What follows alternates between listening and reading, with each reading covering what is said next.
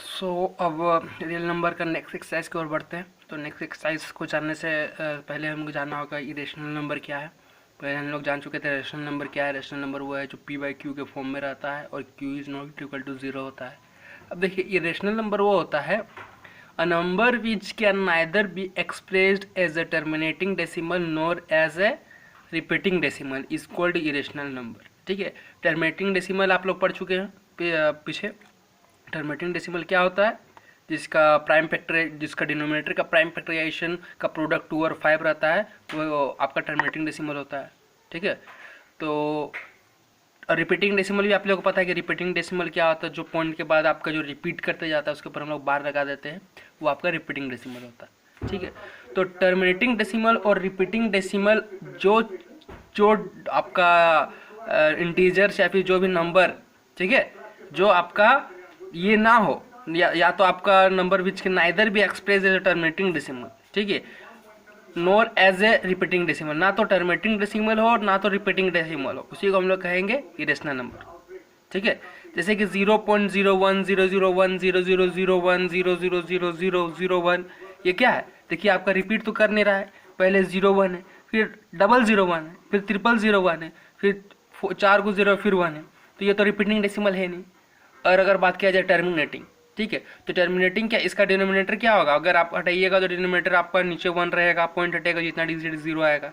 Prime factorisation करिएगा तो आपका ना तो 2 आएगा ना तो 5 आएगा। ठीक है, तो ये ना तो आपका टर्मिनेटिंग डेसिमल है और ना ही रिपीटिंग डेसिमल है, ये नॉन टर्मिनेटिंग है और नॉन रिपीटिंग है। ठीक है, तो ये क्या हो जाएगा? आपका इरेशनल नंबर हो जाएगा।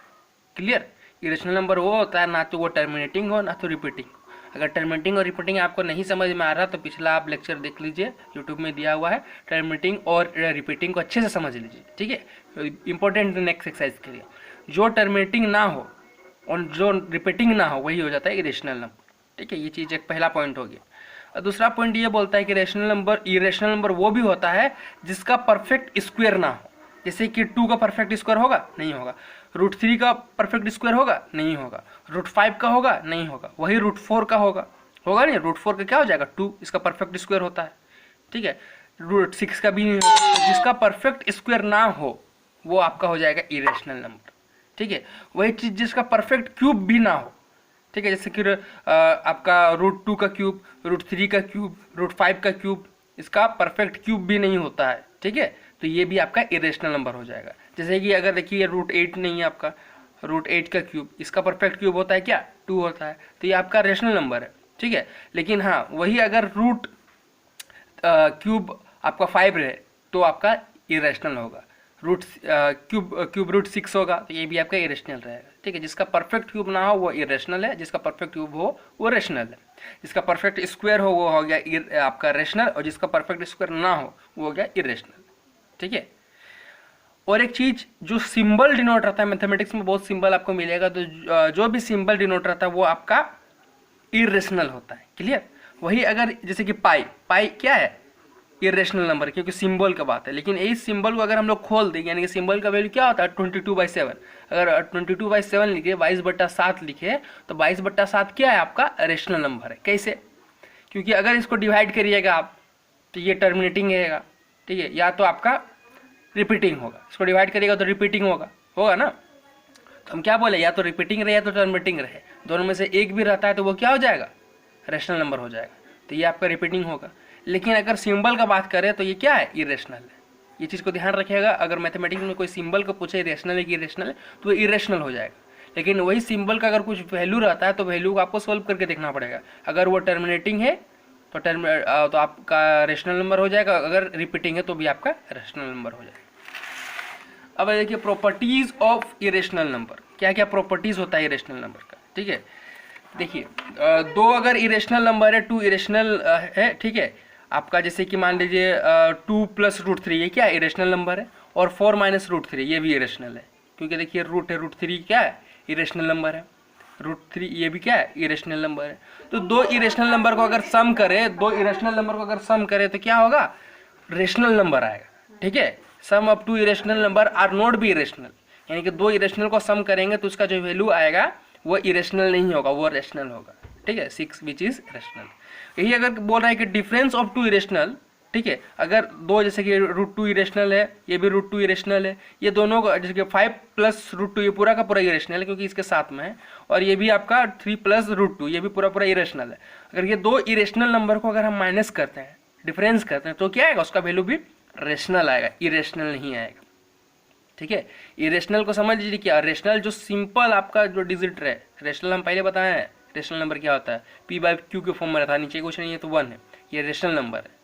ठीक है, और इरेशनल क्या होगा, जैसे कि आपका रूट हो गया जिसका परफेक्ट स्क्वायर नहीं हो रहा, सिंबल हो गया, तो इरेशनल है, ये भी इरेशनल है, दोनों को माइनस करेंगे तो क्या आएगा, रेशनल आएगा। नेक्स्ट प्रॉपर्टीज क्या है, प्रोडक्ट ऑफ टू इरेशनल, ठीक है, need not be an irrational, यानी कि दो इरेशनल नंबर को अगर मल्टीप्लाई करेंगे तो ये वैल्यू क्या आएगा, रेशनल आएगा। जैसे कि देखिए √3 आपका इरेशनल है, ये भी √3 इरेशनल है, दोनों को मल्टीप्लाई करेंगे तो क्या आएगा, 3 आएगा।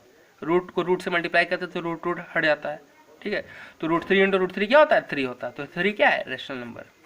वही बोल रहा है कि अगर डिवाइड करेंगे, दो इरेशनल नंबर को अगर डिवाइड करेंगे तो भी क्या आएगा, रेशनल नंबर आएगा। जैसे कि 2√3 है, ये इरेशनल है, और √3 ये भी इरेशनल है, दोनों को डिवाइड करेंगे, देखिए √3 कट गया, 2 आ गया, जो कि रेशनल है।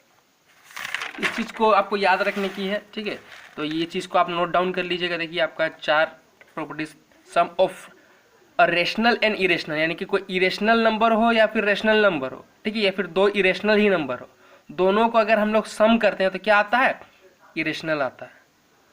ठीक है, आप पिछला वाला को ध्यान में रखिएगा, इसको भी याद करिएगा, क्योंकि ये सम ऑफ टू इरेशनल, अगर दो इरेशनल को अगर सम करते हैं तो यहाँ पे रेशनल नंबर आता है, और यहाँ पे है sum of rational and irrational, यानी कि एक इरेशनल और एक रेशनल को अगर सम करेंगे तो क्या आएगा, इरेशनल आएगा। ठीक है, तो उस प्रॉपर्टीज को भी याद करना जरूरी है और इस प्रॉपर्टीज को भी याद करना जरूरी है। ठीक है, इसमें डिफरेंस ऑफ रेशनल इरेशनल, यानी कि एक इरेशनल रहा एक रेशनल रहा, दोनों को अगर हम लोग डिफरेंस करेंगे, माइनस करेंगे तो क्या आएगा, इरेशनल आएगा, और उसमें क्या आ रहा था, रेशनल आ रहा था। ठीक है, अगर दो इरेशनल नंबर रहेगा उसको माइनस करेंगे तो रेशनल आएगा, और एक रेशनल और एक इरेशनल रहेगा, दोनों को माइनस करेंगे तो यहाँ पे इरेशनल आएगा। ठीक है, वही चीज मल्टीप्लाइड का बात है तो इसमें क्या आएगा, इरेशनल आएगा। ठीक है, एक रेशनल एक इरेशनल को अगर मल्टीप्लाई करेंगे तो इरेशनल आएगा, और वही पिछला क्या था, अगर एक दोनों इरेशनल रहा तो आपका रेशनल आता है, और अलग अलग रहता है तो इरेशनल ही आता है। वही सेम चीज इसमें quotient of rational and irrational, एक रेशनल रहे एक इरेशनल रहे, इसको अगर डिवाइड करते हैं तो उसका क्वोटिएंट क्या आता है, इरेशनल आता है, और उसमें क्या आ रहा था, उसमें रेशनल आ रहा था। ठीक है, एक बार बढ़िया से भी लेक्चर देख लीजिएगा, और आपका टर्मिनेटिंग और रिपीटिंग को भी पिछला लेक्चर को ध्यान से देखिएगा, तब ये टॉपिक क्लियर होगा। दोनों अगर आपका क्लियर नहीं रहेगा तो ये क्लियर नहीं होगा। ठीक है, ये जानना बहुत जरूरी है, आगे इंपॉर्टेंट रहता है। इससे आपका जानने के बाद बहुत से एग्जाम्पल सोल्व हो जाएगा। तो ये देखते हुए एग्जाम्पल सोल्व करने का कोशिश करिए। सबसे पहले एग्जाम्पल सोल्व करिए, फिर आपका एक्सरसाइज सोल्व होगा। एग्जाम्पल सोल्व करिए, बहुत सा एग्जाम्पल सोल्व हो जाएगा, और जो नहीं बनेगा उसके लिए मैं वीडियो बनाऊंगा।